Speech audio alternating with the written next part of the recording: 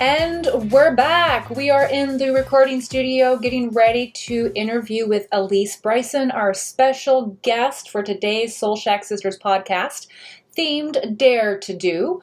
When I started thinking about this topic at the beginning of the year, she popped into my head, and without even asking, the universe delivered once again. She connected with me on something different, and we started talking, and the next thing I knew, we were scheduling this day, and I am so excited to welcome her here and introduce her to all of you guys. Alysse Bryson, gosh, when I thought about this, again, she was like the epitome of daring to do. She has such a wonderful story from recovery, of course, but also just about embracing life and going after it and having fun in the process, daring to do regardless of what it could look like. She is out there and she is taking all the opportunities that are given and knocking on doors for the ones that aren't.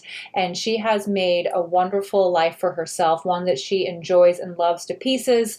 She is such a great soul. She's got such a great story, and I can't wait to share her with you. She has a background in as a publisher in a magazine for the Seattle Met. She worked for King 5 News in the media group, so she knows all about marketing and media, and so she's definitely a face that is out there, shaking hands and smiling and having fun with people out there in the communities and bringing communities together.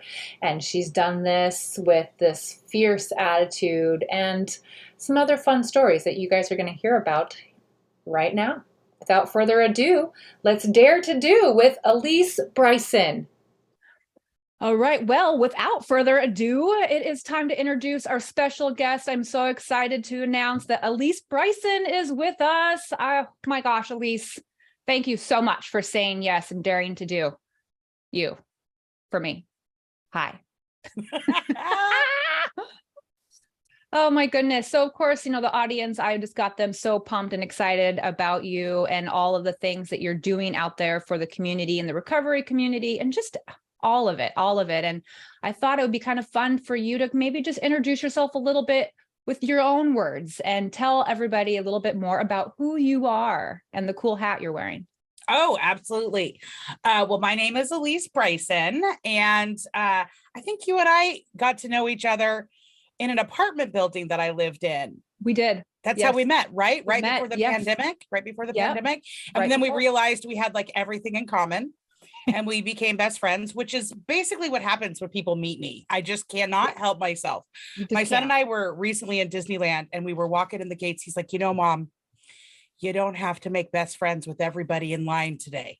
I was like, I might need to, but that's kind of who I am at my core. I'm a connector. I'm a networker. I'm a gal about town. I've had a rich, long career in media. So I got my start in newspapers. And in a small town newspaper where I grew up. And then around the age of 30, I was like, I can't live in this small town anymore. And so I jetted up to Seattle and started working for the Seattle Times. I was there for a couple of years. And then I got a dream job at a magazine, one of Seattle's big lifestyle magazines. And I was there for nearly a decade and kind of worked my way through the ranks, starting out as an account executive and then going on to eventually be the publisher and the big boss. And it was fun because growing up, like I'm sure you can identify with this, but I had an obsession and still have an obsession with magazines. When I was like 12, I actually wallpapered the walls of my bedroom with full pages out of magazines. Like I've just always loved magazines. Yes. Always.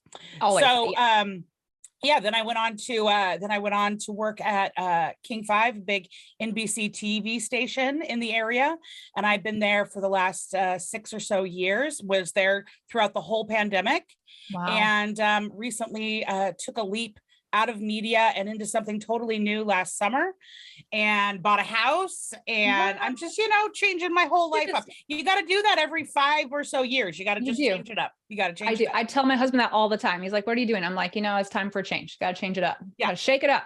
Yeah. And sometimes the change can be minimal. It could be just getting bangs, it doesn't always have to be your entire life. New lipstick, change the nail polish. But in the last year, I've basically changed everything. You really have. Gosh, I know. I feel like, because like when we did meet back couple of years ago at that apartment building in the elevator with your two cute dogs. I instantly was drawn to you. I could just tell you were a fun person. I was like, oh, I like her. I like her. It's just that, that connection, that energy.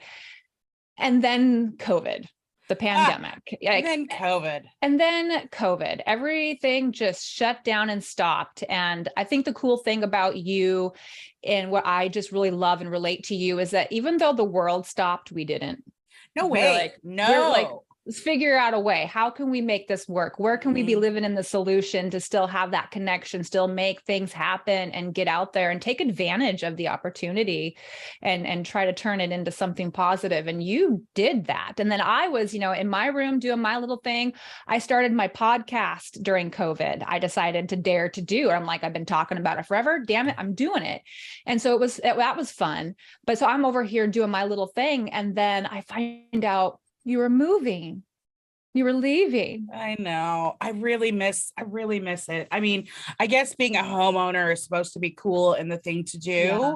And I'm supposed to be really proud of myself. Or do you see how I keep doing air quotes, proud of myself for doing it all by myself? But as it turns out, I don't really love the whole home ownership list. I got to tell you funny. So that apartment complex that we met in, beautifully landscaped, right? It looked like Narnia, you guys. It looked like Narnia. In fact, there was two giant bronze lions statues on the front porch. So it really drove the whole Aladdin theme home.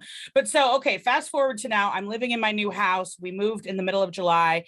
So it's now the middle of August. And I turned to my son and I was just like, why is the whole yard dead? Like, why are all the plants dead? I don't understand what's going on. And he was like, well, did you water them? And I was like, oh, that's my job. That's what. So I do miss living in a place with lush landscaping, I shall say. Yeah. And they were the best landscapers. So they are the best landscapers. They are amazing. Shout out to them. Yes. So you moved, you bought a place, you decided to take a leap and dare to do and leave King 5. I know. Crazy. Like, people were like, what are you doing now? And I'm like, oh, how do I explain it? Well, I love trying new things. And during the pandemic, one of the things that I started was, I can't call it a side hustle. It's more of a passion project, but the Sober Curator is a lifestyle website for people that are living in long-term recovery like myself. I've been sober since 2006. And when I got sober, there wasn't social media was just getting started. Like I think I was on MySpace. I think I had a Facebook account. And thank goodness I got sober after social media came out. Like I would have been the friend that you deleted or that you wanted to watch because it was a shit show. But so I've had a front row seat at watching the recovery landscape develop over the last 16 plus years. And when I got sober, the Barnes and Noble self-help section was really small. There was a few books about recovery and addiction. Most of them I didn't identify with, right? There weren't podcasts. If you saw it in the movies, it was like Sandra Bullock, 28 Days, very stereotypical, which I'm not knocking that movie. I've seen it 100 times. Great movie. Right? Love it. Yeah. But so as time has gone on and my sobriety has gone on, all these platforms have evolved and all these people are recovering out loud in all the places, whether it's Instagram, Facebook, Twitter, Pinterest, Clubhouse, podcasts, books, Amazon storefronts, like it's just everywhere. Right. And it's no longer just 12-step. I mean, there's a lot of different pathways. And so and being a gal who loves consuming media because I'm in the media and I love lifestyle content, I would look around and be like, but where's a magazine for me?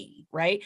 And there are some recovery magazines out there and they're great, but they definitely are catered more towards people that are thinking about getting sober or are in early recovery. And they need that article about how to navigate the first wedding sober or whatever. Right. I've already been to a million weddings sober. So I don't need that article anymore. This is like next level sobriety. Right. So so it's like, so you're sober, now what? Like I'm always about what happens next. Right. Who cares about what happened before? Like what happens next? And so, so I launched the Sober Curator and there's about 15 to 20 of us that curate and create original content around recovery, lifestyle and living in long-term recovery and what that's like.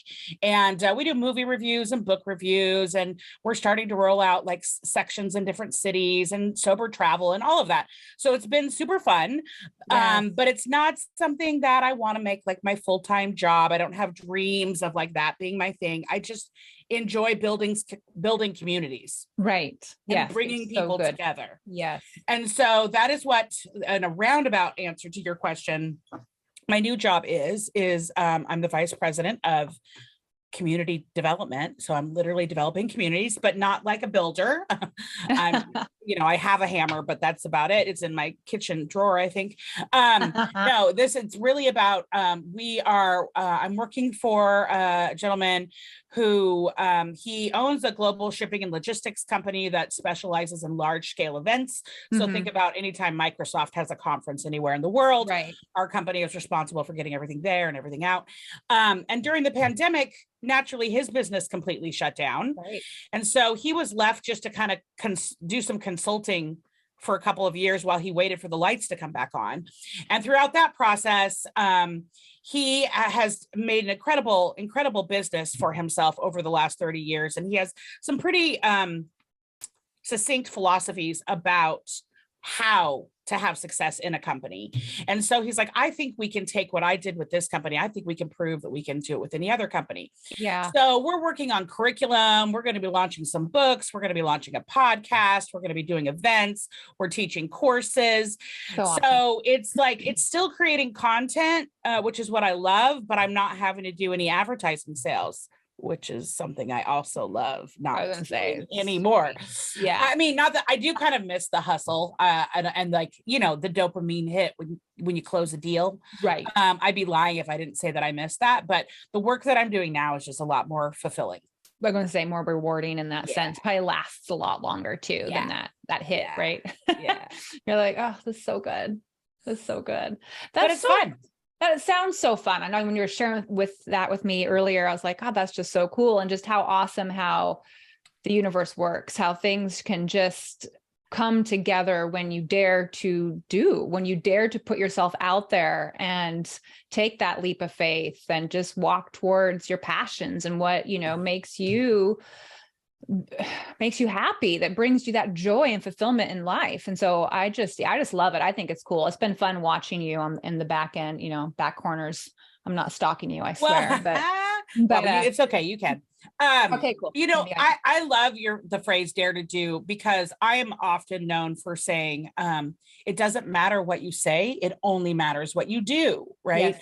Yes. My pet peeve is people, one of my pet peeves, I have a few, is people that talk about all the things they want to go do, but they don't actually go and do anything to live into them. Right.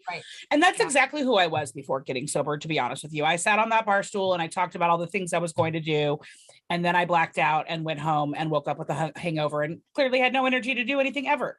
Right. So, after getting sober, for me, like just going after things became a lot easier. It's still hard, right? There's still fear of failure. Right. I do care what other people think. I have that whole human condition thing going on. Right. But being human and all. That whole human thing. But yeah, it matters what you do, and people aren't going to remember necessarily what you say. I mean, maybe you'll have some amazing quote you become known for, right? But really it's what do you do? How do you spend your time in action and show the people around you, your community, whatever that looks like to you, small or big, that you're there to be of service for them and help them reach their goals. Yeah, exactly. And even like writing the quote, you had to write the quote, right? You had to dare to do that to get that out there. Like, it's just like you were saying, it's doing the things. I had a course where I talked about this a little bit, and I was like, it's in the doing of the things that things get done. Like you have to do the Dewey to get the Getty, or whatever they say. But, and that was me too. Like you really hit a nerve for me, a good nerve, in the fact that I was the same way. Like with my book, I had talked about writing my book for over a decade. I kept on saying that I was going to write this book, but there was something in me that just didn't feel like I was really a writer or that I could do it. So I would just talk the talk, but I wouldn't actually do anything. And I decided finally, you know, I'm like, I'm done doing this. Who cares what I think people think? It's time to just frickin' do it. What's the worst that's going to happen? You know, and I'm not going to fail, because in all honesty, it's the expectations that I place on the outcome of the things, right? So if doing the book, getting the book done is the thing, everything else is like a victory lap, right? I'm like, just do it, you know, just not giving up on you and daring to do you. So yeah, I love that. And you mentioned fear. This is a hot topic right now within the Soul Shack sister community. A lot of people feel that if they have fear, that they're not strong enough, they're not capable, they're not doing it right, something's wrong with them. Tell me what you said about fear. I love this. So here's the thing about fear. First of all, it's super scary. Like we can all agree, fear is super scary. Nobody likes the feeling of fear. Well, I mean, unless I guess there are those people that like scary movies and roller coasters, adrenaline junkies. The adrenaline junkies. That's a different kind of fear. But just the fear that paralyzes you, right? So that fear is like, it's wired in us. I'm not a scientist, but it is wired in us. It's part of our DNA. It's part of our survival mechanism, right? Right. It's what keeps you from tripping and falling down the stairs. It's what keeps you from doing a bunch of things, because you learn very quickly, oh, that's going to hurt me, right? So if we didn't, you can't get rid of it. It's wired in, not going to get rid of it, right? For a reason. It is there. Primal instinct. It has to be there. So you're not going to get rid of it. It's unreasonable to think that you can. So then it's learning to live with it, right? Yes. And to wrap your arms around it and lean into the fear and make it work for you and flip that energy around, right? Exactly. Yeah, it's so true. It's just all about the perspective. And that's what I like to kind of entertain with people, is like, change the way you're looking at things and have a different perspective of it. You know, instead of fear being this thing that we want to run away from and be scared from, maybe think of it as that friend that is just showing you where to grow, showing you, hey, you know, this is something inside you that maybe needs a little bit more attention. You know, and of course, you know, when things are very blatantly, obviously fearful, like you don't go walking down that dark alley at night, of course, don't be trying to be Wonder Woman and you're going to go down there and tackle the, you know, whoever's down there. But, you know, we're talking about the real stuff, the things that are keeping you from daring to do the things that you want to do. And like for me, it was like writing the book or starting that podcast and, you know, and daring to do those things. Nobody called me up and said, you suck. Oh my God, you're horrible. It was the complete opposite. You start to attract the people that are doing similar things, and you start to create a community with people that are like-minded, that are all out there just challenging themselves to be better than they were yesterday, you know, and that's the kind of lifestyle that, you know, I want to thrive in today. And I'm just so glad that I get to share that with you here and talk about it. Yeah. One of my other favorite quotes is, you miss 100% of the shots you don't take. Yeah. And I'm not super sporty, to be clear, but I love that one. And I use that one when I was in sales all the time. Well, it's definitely a no if you don't ask, right? It's definitely a no. So like, once you ask, now it becomes 50-50. Like, so it's just, it's a numbers game, you know, and don't be afraid to fail, you know, hindsight being 2020. I look back at all the things that I thought were failures, and I can see clearly now they were the stepping stone to successes that I didn't even dream big enough for myself. Preach it. Yes. Freaking true. Yes. So, those things that didn't work out that I was like devastated about, that guy that got away. Right. You know, I checked him out on Facebook the other day. Oh, I'm doing all right over here. Right. So like those things that we don't get, that we think that we're like it. Right. It's okay. You know, and then I see all these little things that I took for granted, that built up into these big things that I didn't dream big enough for myself. Right. I've never dreamed big enough for myself. And I don't know if that's the environment I grew up in. I grew up in a loving home. My parents are still married 50 years later. but neither one of them, I would say, are entrepreneurial. They weren't like, you can do anything you want, right? My mom was a school teacher, my dad was an accountant. Right. And so, and they never said you do anything you want. I just don't remember, that you can do anything you want mantra being around. Maybe it was, but I didn't buy into that fact. Yeah. Right. Yeah. I wasn't hearing it. And so, and just going after things like, what's another quote? What would you do if you could not fail? Right. I love that one. Yeah. I guess I'm full of cliche quotes today, but all of them, they're so true. They are true. And what would you do if you couldn't fail? What would you do? I mean, and all these quotes come from somebody that was going through something at that moment in time that popped in their head. I mean, I write down quotes all the time as I'm walking around my house talking to myself, and then one will just pop out and I'm like, ooh, that's good. And I'll run into my office and write it on my whiteboard because it's something that I'm processing that's getting me through to that next level. So if it works for me, it's got to work for somebody else. And I think that's what makes AA's quotes so, cheesy, but they're true, right? Well, yeah, first things first. Well, that makes sense because guess what? Sequence matters. Right? Sequence matters, right? Exactly. Easy does it, but do it. That's my other, of course, I'm loving that one too, because it's true. It's like easy does it, but do it. And I'm like, okay, yeah, I got it. But these things do work. So yeah, find some that work for you and write them down and just, repeat them all the time, as cheesy as they may sound. But I'm all about the cheese. So I love the cheese. I'm loving your quotes you're throwing at me right now. The one day at a time thing, I like to think that I live that way. And sometimes I like to even hide behind that quote and be like, I can't make plans 90 days from now. I'm a one day at a time girl, right? One day at a time. Yeah. And I was like, I don't need to worry about my retirement. I'm just living one day at a time. Right in the okay. Actually, you do need to worry about your retirement just a little bit, right? So, and then, I recently lost a close friend, a colleague that I worked with at King 5. She was 48 and died unexpectedly. Like literally, she was there one day and then the next day she wasn't. And it's just that has stuck with me. Yeah. And the beauty is, she had left the job she wasn't happy in, and she was working a job that she loved. She was traveling. She was living large. She was living big.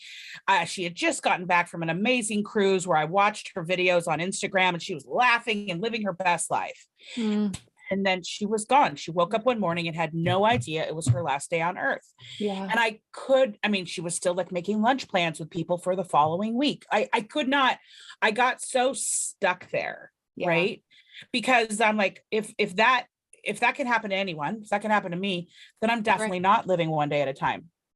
Right. I'm not, I don't know that any of us can really, truly live just, fully into today as if it's the last day every day consistently. I think it would be incredibly hard to do, but I can't stop thinking about her passing. And yes, it was too soon. It was absolutely too soon, and it's devastating.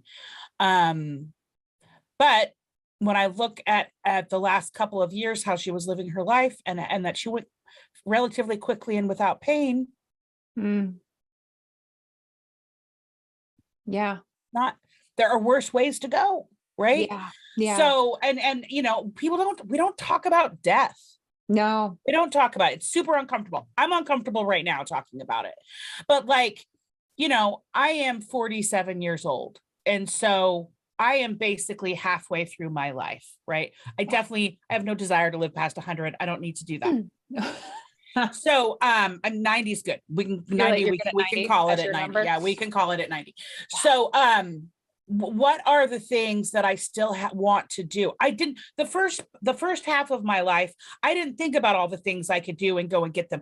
I was a young single mom with a crazy addiction issue, right? Yeah. And I was still somehow managed to keep jobs and put food on the table and have a car. Like I was able to get us by, but it was rough. Like my 20s when my kid was little was rough going, Yeah. And then in my 30s, I was all about my career, obsessed with it, workaholic. All I cared about was the identity that was wrapped up in my career. Right. Yeah. And then in my 40s, I'm like, I don't know if that stuff matters. Exactly. Yeah. I honestly, that's kind of where I'm at. I don't think I know. That's exactly where I'm at. And I'm having this dialogue with my husband, who is 48. I'm 47 or 46. I'm going to be 47. I just dated myself a year. I wanted to be just like you. I, I'm going through that, and just really making these huge changes from the corporate world to just doing my, emotional fitness training, empowerment coaching, podcast, writing books. Like, I want to be all about helping people heal and recover from identity sabotage, and that's my thing. And my husband's like, you did what? You quit your job? Like, it was a good job. And what are you going to do? And how is this going to look? And he just sees me playing on, podcasts and TikToks. And he's like, what's going on? And I'm like, I have to follow my bliss. Number one, that's what Joseph Campbell says. And so I'm doing what he said. He's a smart man. And I'm just following what I feel the universe is calling me to do. And I'm like meditating in my chakras and my crystals. And he's like, oh dear God. I'm like, because none of that other stuff mattered. Like, yeah, where I am at right now, even though it's uncertain and it's scary and I have fear behind it, I have never felt more alive, more happy, more free to be me. It's amazing. And looking back where I was, just like you're telling my story. And that's what I love about sharing. When we share and connect with other people and talk about the things that maybe we're scared to talk about, our 20s and our 30s, and what we were struggling with as single moms, and having this addiction thing that was trying to take us down, and how we were just fighting to prove that the world, was not getting the best of us. And we were just doing all of these things because it sounded like it was the right thing to do. It looked good on paper: get the job, get the 401k, buy the house, marry the man, do these things. But at the end, you start to realize life is too short, and that we want to live it to the fullest as much as we can. And that requires some daring to do. That requires some facing fears, taking leaps of faith, vulnerability. Just saying that hard word. Stuff. Ew. Yeah, it's hard stuff. Yeah. Hard stuff, but that's where the secret sauce is. That's where the juice is. It is. Right? You don't get that stuff from being comfortable and just doing the same thing over and over again. And if you do, great. Maybe that's exactly for you. It's just not for me, right? So I can't speak on behalf of all people everywhere, obviously. But in my experience, from my own lived experience and those around me, is the reward is really when you put yourself out there, and there's some risk involved and vulnerability, and you're being authentically you. Yeah. And what does that look like? And I think I found in the beginning of my journey of doing this, I didn't really know what that looked like. I didn't know really who I was. I spent so much time trying to be somebody else and fit into a world that I thought I needed to, fit into, when I realized, God, this is uncomfortable in a way that I don't need to try to make comfortable. I don't like this. Who am I? What do I like? What do I want to do? And finding that, and what brought me bliss and joy. And, like you were saying, it doesn't have to be this elaborate quit your job at King 5 and start working, and building communities in the sober community. It can be just, maybe you want to go take that art class. Maybe you. Exactly. I'm signed up for an improv class in a month. I'm terrified, right? Can I come and watch? Yes, absolutely. Absolutely. But it's just something that I've always wanted to do. So what am I waiting for? I can't wait to do anything anymore. Right. No. I can't wait. And that also doesn't mean I have to do it all by tomorrow. Right. Thank you. Yes. Right. And I still have responsibilities. So I have to be careful too, because when I like something, this may surprise you, I like it a lot. Right. Yeah. So I will get if I find a lip gloss I like, I will then buy it in every possible shape they have. Right. Yeah. And so I can get distracted pretty easily. And then, that I'm not maybe, when I get focused on something. Let me give a better example. Couple weeks ago, I started playing around with ChatGPT, the AI writing tools, right? I went down an AI rabbit hole. For a week, I was barely sleeping because I just could not stop playing with it. I was obsessed. Well, guess what? I wasn't getting sleep. I wasn't drinking water. I wasn't getting on my treadmill. My dogs were neglected, right? I wasn't doing the things that I know, the really basic stuff, right? that's just right in there with brushing your teeth that you're just supposed to do every day for maintenance. Yeah. I wasn't doing those things. And for me, I don't have the luxury. We are our routines. And if I get too out of my routine, ooh, girl. Yeah. It gets real so crazy. It gets real crazy real fast. Oh my gosh, my manic mind, it will just start to go crazy and the monkeys jump out of the cage and they're running around. And so many monkeys. So many monkeys. And I'm like, what's going on? What happened? Like the tabs are open, the music's playing. I don't know where it's coming from. The monkeys are, you're just like, okay, whoa, what happened? Where did I go off? And it would be just something like that too. Just like you said, I'll get onto something and then just hyper focus and become obsessive. I'm sure that's, can be some of the, the addictive personalities, but everyone has them. And it's everybody does. Everybody's addicted to something. Everybody. Because I'm sure I bet you everyone related when you talked about the lip glosses or, anything where lip glosses, yoga pants. I don't. Yoga pants, Starbucks cups. I just saw your Starbucks cup. Girl, I get in line for a Starbucks and I see they've got new cups out and I'm like, don't do it. Don't do it. You already have 30 something of those at home. You don't need another one. They have some new cute colors out too. There's this teal. Blah. I might just do it, but it's okay. It's okay.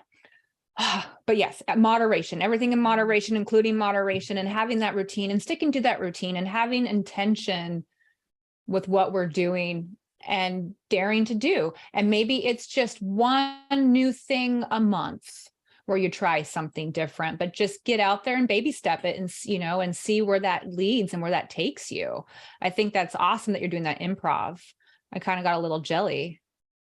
I feel like it can only help me with more public speaking. Absolutely. I don't make a secret of the fact that I sit around in church basements on a regular basis, right? And that's given me a lot of public speaking experience. Yeah. You can knock it, but that's a lot of public speaking experience in 16 plus years, right? It is a lot. I laugh because, obviously I've done the same. And I remember one time I was sitting at a meeting and sharing, doing all these things, talking and doing my thing. And I'm like, I always wanted to be an actress. I always wanted to be on stage and perform in some way. And I never thought it would be leading an AA meeting, but, I was like, that's cool. I'll take it. Progress is progress. And, then I can move to the next thing and we'll see. And then, so here we are. It's so funny that you said that. When I was little, my mom told me on more than one occasion, she's like, you are gifted, you have a gift. And I have a vision that one day you will be a public speaker and you will impact the lives of many. And she just would consistently say that. And fast forward to the future. And I called her one day. I was like, I bet you didn't think it was going to be in church basements, did you? And she was like, I was hoping for maybe a higher level, but that's okay. I'll take what I can get with this one. That's good. And in all seriousness, she's very proud of me. But and public speaking can be scary. There's another thing where it's just fear. I have had moments where my tongue gets tied and I forget what I'm supposed to say, or I get off script, or I butcher the name of someone. Like, you just have to keep going. To keep going. Totally. Just keep going and play with it and have fun with it and laugh at yourself. That's the other thing too, is while I'm daring to do, I have to have and not lose that ability to laugh at myself and not take myself so seriously. Like, really, it's not that big of a deal. It's really not. No. So I don't know. That's what I'm doing. I'm daring to do and encouraging everybody out there to do the same. Because I just, with my clients that come to me and all the, the platforms that I'm on, and everybody comes reaching out to me in the DMs and, oh, I wish I could do that. But I'm fearful of this, or I wish I could do that, but I'm too old. I wish I could do that, but my husband's an ass. I wish I could do that, but my kids are too, all this stuff. And I'm like, yeah, I feel ya. So I think it's time. It's time to dare to do and come up with some ways to baby step it if we must, but frickin' do it, And it's just like you said, just doing even a little bit at a time, right? If you just put a little bit of intention into things, just a little bit, and you do that consistently, when you look back even a month from now, 3 months from now, it's not any different than being on a diet, right? You put intention around it. You're tracking your exercise, you're tracking your food intake, you're tracking your measurements. You have an intention that you're trying to reach whatever your goal is. And you have to do a little bit every day in order to get there, because it doesn't just happen overnight. No, exactly. And then have fun in the process too.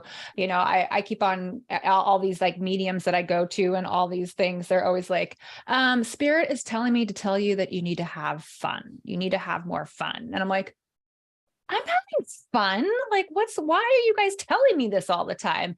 That's why I bought a banana suit when I was promoting my book. Cause I was like, a little disappointed you're not wearing it right now, but that's fine. You know, I thought about it. Okay. I really did. So, but anyways, that'll be the back end of the podcast. I'll put it on for you. Could we though? I think we should go somewhere. I don't downtown, maybe not downtown Seattle. It's a little scary these days, but you in the banana suit with a microphone, let's interview people on the streets about what they're daring to do, and I'll capture it all on video. You just made my nose tingle because I am so excited. I want to cry happy tears right now. Well, why would we not do that? Why would we not do that? Maybe we'll go someplace that's like neutral, like University Village or Bellevue Square. Right. We won't go downtown Seattle. We love Seattle, but we do love Seattle. It's just a little challenge right now. That might not be the best place to do this dare. I love it. We're doing it. We'll figure it out. We're going to have to connect and figure this one out. Yeah, absolutely. I think we should do that and keep that going. And man, you got me. I'm all in the suit now. Mentally. I can see it. I can see it above your head in the thought bubble, literally. That's all I can think about. My husband was like, you're going to do what? You're going to buy a banana suit? I'm like, yeah, I'm going to buy a banana suit and promote my book on TikTok. It's going to be fun. Yeah. Why wouldn't I? He's like, oh my God. And I'm like, and Spirit's been telling me to have more fun. So I'm listening and doing it. And he's just like, oh my God, I love you. I'm like, yeah, you married me. So deal with it. Yeah. That's what we do. That's what we do. But anyway, so learning to laugh at yourself and have fun, I think, has just been a huge addition to not feeling so fearful walking into some of the things that I've been doing. And I'm sure with what you've been doing, you're just having fun all the time. I mean, you sure look like you're having fun. I am having a blast, but I am also a person that I do have chronic depression. And when it gets out and if I go off my meds or my routine, or sometimes the meds over the years have stopped working in the way that they're supposed to, like I've had a lot of different variations happen. I can still slip into that really dark place. Right. Yes. And you look at any of my social media channels and you're going to be like, that girl has an amazing life. It's all beautiful, filtered, fun. She's laughing. Yeah. I do have a beautiful life and I have a lot of fun. I also have some really dark times when I can't get out of bed and I can't call anyone. And I'm so broken on the inside that like, I don't want to pick up a bottle or pick up a drug, but sometimes the not living thing seems really ideal. Yeah. And I won't do it because I can't do it to my son. But I have had those thoughts consistently for as long as I can remember. They're just not going to go away. So now instead of being scared of them, I just have to feel the feels and have the right bumpers in place to make sure it doesn't get too out of alignment. Right. Yes. But it's not always rainbows and butterflies. And it's you can't expect that you're always going to feel up. Like the opposite of feeling up is feeling down. That's why we have to go back and forth. Yeah. But it's just, so it can get dark, and I'm thankful that I haven't been in a really dark place in a while, but it's unpredictable. And the good news is that over time, with all the different things that I've learned to do, you say spirit, I call it the boss. Like if you're in fear, you're not trusting your higher power, whatever that label is for you, whatever that meaning is for you. When you're in fear, you don't have trust that God's got it. Right. Yeah, you're going back into you. So, and when I'm in depression, I'm in self, really. So it is, it's just learning to all these different tools that we collect over time and when to use them. And sometimes I don't want to use them. Sometimes when I feel bad, I want to feel really bad. And then I do things like overeat too much sugar to make myself feel even worse. Right. I call that like emotional cutting. I do it all. I I don't want to say I do it all the time, but it's something that's your go-to. It is. Yeah. So, but it's not going to stop me those things are no longer going to stop me from daring to do. No, right. Exactly. And I love how you said, that and I'm paraphrasing with this, but learning how to live with them, that they're not going to go away, accepting the fact that, if depression is something that you deal with, that is something that you deal with and you learn how to deal with it, and don't let the label define you and go into this box of this is what I am. And this means this is only what I can do. You can learn how to manage it and live with it and make peace with it almost. I have this thing too, where I have days. The other day, 2 days ago, I was feeling so depressed and so sad and so sorry for myself. And it started with just waking up, not feeling great. And then I hung on to that thought a little too long. And then that thought linked to another thought that linked to another thought. And the next thing I know, I'm going down this rabbit hole of who the hell do I think I am to be doing these things? I am delusional. I am a joke. This is I'm going back to corporate world. Like literally just because I woke up not feeling great. And at that moment, I took my tools and my bumpers and I was like, what the hell are you doing? Retrace my steps. What was I doing the past 48 hours? Oh, I wasn't in my routine. Oh, I wasn't doing my meditation. I was getting so obsessed with this project that I was working on that I completely just wasn't drinking my water, taking my vitamins. It's so basic. Eating. It's so basic to take care of ourselves, but we don't do it. Yeah.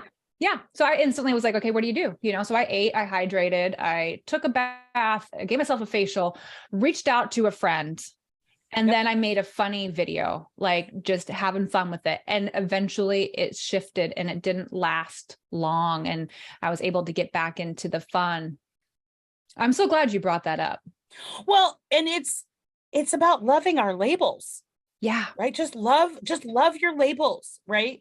Like, so I used to get like upset at myself that when I would like out of nowhere, like a drink would all of a sudden seem like a good idea because I don't know, marshmallow vodka didn't exist when I got sober. Right? I know what's up with that. Oh, what's up with that? And like, everybody's talking about White Claw. Like back in my day, we had Mad Dog. So it seems like you guys got the better deal. But totally. but when those thoughts come in, like it would be different now. I'm more mature now, which is a joke.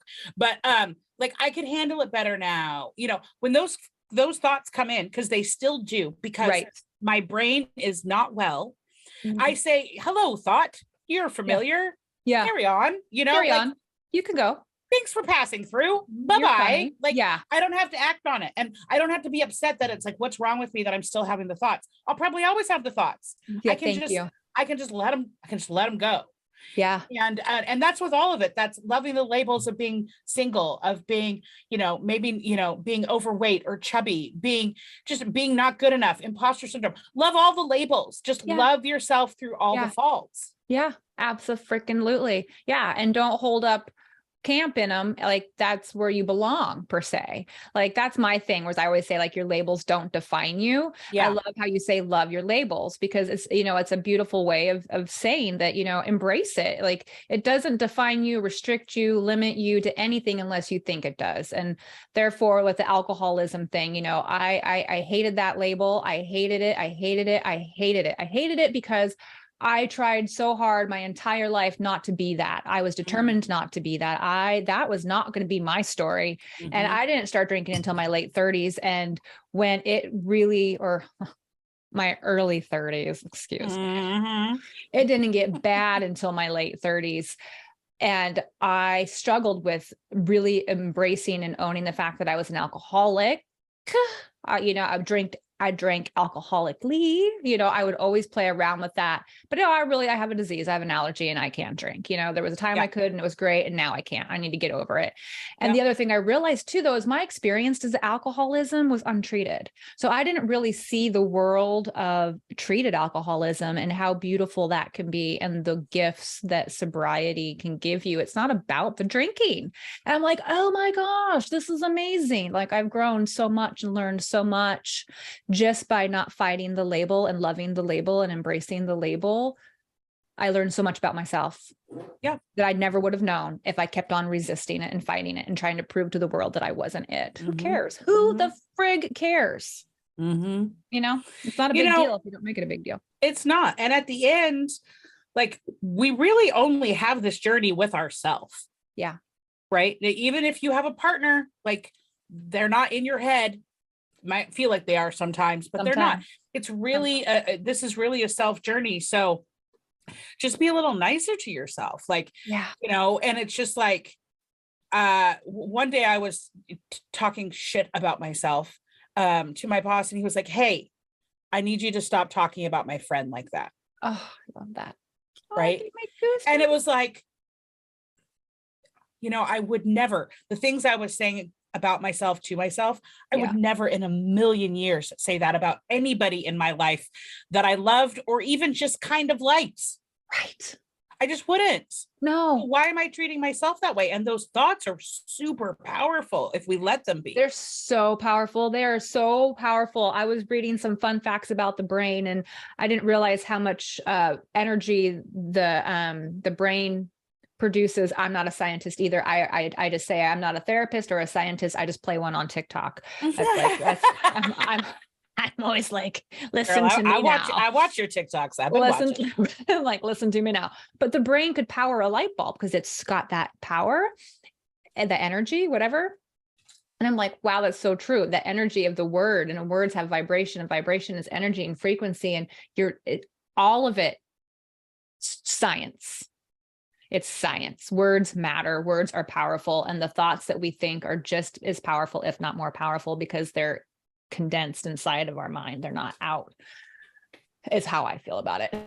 But yeah, so I love that. I had somebody that was saying similar what you just said, just down talking and just shitting all over themselves. And their excuses and their justifications behind it, they might as well have been talking about me. Same stories, same experiences, same choices, same mistake, all the same. And I finally had to said to her, I said, would you say that to me about me? And she's like, oh my God, no, you're amazing. I love you. And I go, well, you might as well have, because your story is the same as mine. And if you think that way about you, then that means that you think that way about me. And it just was like, end of, hard stop. We're done with this conversation, like, that's just you, I got you. And yeah, so I'm glad you said that too. We're bringing up some good stuff in this. I was, like I was saying to you this beginning of the podcast, I love to just flow and let the universe just guide the conversation. And I want to cry now, and not a sad cry, but a really therapeutic, happy cry. Oh, I love a good cry. Right. I love a good cry. And I didn't realize it was not much of a, I tried not to. I didn't like any emotions before I got sober. Right. I just didn't. I mean, I liked the good ones. Let's be clear. But but if they weren't good, I was not interested. We would say orgasmic or death, and it was like pretty much. There was no in between. No in between.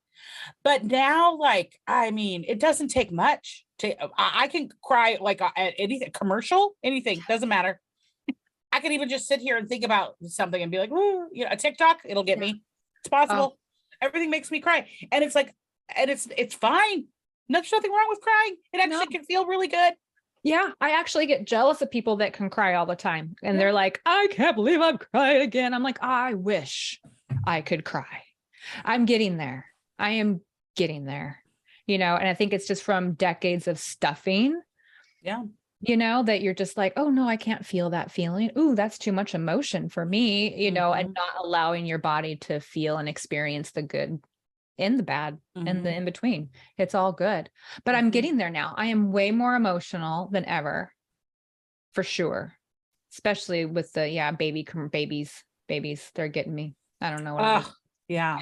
They're super cute, but I'm also happy to give them back at a certain point. Yeah. My mine are grown, and it's not too far around the corner, I'm sure, before we have a grandbaby. But I mean, and if they're listening to this podcast, no rush. Seriously. No rush. Yeah. If my son is listening, right. Slow your roll, buddy. Calm down. I'm just future tripping in a good way for a second. Like, I know that day will come, and then I too can give them back, and I can just love them and have fun with that. But yeah, they get me. The other day, my 5-year-old nephew, Bryson, was here visiting from New York, and he discovered the doggy door. Which is which is his size, right? It's his size. So he just assumed it was his little door into the backyard. And I'm like, it's not, it's for the dogs, and you don't have any clothes on, you're still in your pajamas, you don't have any shoes on. So if you are going to go through it and go outside, you have to like go layer up, At least put on some clothes. So I go back to work, and then I look back over, and now he's still over there, but now he's just got his head stuck out the door. And I'm like, now what are you doing? Oh, I'm just getting some fresh air, Aunt Lovey. Just getting some fresh air. I'm like, okay. Okay. Bless you. Yeah. So a lot of energy those little ones have. A lot of energy. They do. And that's why, yeah, like I said, they're making me get all teary when I see them in commercials and things like that. And I'm like, oh, or in TV shows, whatever, but yeah, anyways, that off topic. Not that we really have a huge topic other than daring to do. Dare to cry. Dare to cry. I love that. I'm going to do that one today. My husband's going to come home from work and I'm going to be like crying. He's like, what's wrong? I'm like, I just had the best. And I'm going to go in my banana costume downtown and we're going to film it. It's going to be great. It's going to be great. Listen, with Lisa's idea, we're going to go. It's going to be fun. I promise. Anyways, oh my gosh. Well, seriously, thank you again so much for doing this podcast. I can't believe an hour has flown by. That was just blast. Way too much fun. I feel like there's so much more we could be talking about, and we'll have to have you back on another time. I'd love it. We'll have to share the banana event somehow, like you were saying. That'll be fun. Yeah. Well, I'm sure we'll go viral, obviously, with it. I mean, why wouldn't we? Yeah. Right. Yeah. So, it'll be like, it'll be bananas. It'll literally BANAS. BANAS. Maybe we can get Gwen Stefani to like sing our theme song in the background. I'll give her a call. Yeah. I'll give her a call. Give her a call after this. I think that would be awesome. I love it. Well, thank you again, everybody. I just want to again thank you for coming, Alysse, and go check out her website, The Sober Curator. I've got it linked into this podcast, so you can go visit the website. I've got it on TikTok and Facebook and Instagram and Twitter. And I know you're going to be showing some stuff as well. So we'll be able to get everybody connected to you and seeing all the things that you can do sober, because drunk never looks good. Yep, because drunk never looks good. Drunk never looks good. I love that tag. It's a great one. It's so true. It really doesn't. I'll end with this. I was looking at something the other day that reminded me of one of my drunken stupids. Ooh. And I was watching it and I was having this like flashback vision of that being me. Ugh. And oh my God, it made me sick. And then it made me so grateful that is no longer my story. Yeah. That is no I'm so glad in all the years I partied in Vegas, all we had was little disposable cameras. Yeah.